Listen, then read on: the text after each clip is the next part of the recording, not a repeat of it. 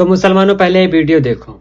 जब हजारों हाथियों का लश्कर काबा की तरफ बढ़ा और फिर हुआ कुछ ऐसा जिसने इतिहास बदल दिया। यमन का वो घमंडी बादशाह जिसने ठान लिया था काबा को ढा देना है, मगर उसे क्या खबर थी कि आज फैसला जमीन पर नहीं आसमान से होगा। दोस्तों, मैं बात कर रहा हूँ यमन का हुक्मरान अब्रहा की, जिसकी आंखों में तकब्बुर था, जिसने कहा था मक्का झुकेगा, काबा गिरेगा और लोग मेरी शान के सामने सजदा करेंगे। उसके आगे थी हाथियों की बड़ी फौज जिनके कदमों से जमीन थर्रा रही थी। रेत के तूफान उठ रहे थे और सिपाहियों की फौज इतनी बड़ी कि नजर जहां तक जाए सिर्फ सिपाही ही सिपाही। मक्का में खामोशी थी, डर था मगर यकीन भी था। अब्दुल मुत्तलिब काबा के दरवाजे से लिपट गए, आंखें आसमान की तरफ उठाई और कहा, या अल्लाह, यह घर तेरा है और तू ही इसकी हिफाजत करेगा। फौज करीब गई, मक्का खाली हो गया और सामने सिर्फ तन्हा काबा खड़ा था। और जैसे ही अब्रहा ने चिल्लाकर हुक्म दिया, हमला करो, मगर एक हाथी जो सबसे बड़ा था और सबसे आगे था अचानक बैठ गया। उसे खूब मारा गया, खींचा गया, मगर वह मक्का की दिशा में एक कदम भी न बढ़ा सका। और तभी हवा का रुख बदलने लगा, आसमान पर अंधेरा छाने लगा। सिपाहियों ने सोचा तूफान आ रहा है, मगर वह तूफान नहीं, वो था हजारों लाखों परिंदों का लश्कर। छोटे छोटे परिंदे जिनके पंजों और चोंच में पत्थर थे। अब्रहा हंसा, उसने कहा, ये छोटे परिंदे हमारी फौज का क्या बिगाड़ लेंगे। और अगले ही पल आसमान से पत्थर बरसने लगे, हर पत्थर निशाने पर, जिस पर गिरता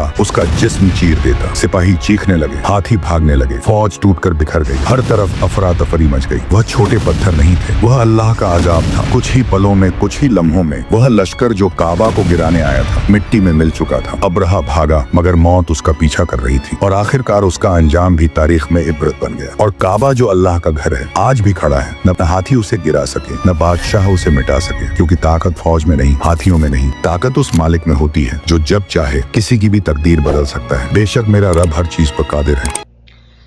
अगर आपको ये स्टोरी पसंद आई हो तो वीडियो को शेयर जरूर करना और हमारे आईडी को फॉलो जरूर करना।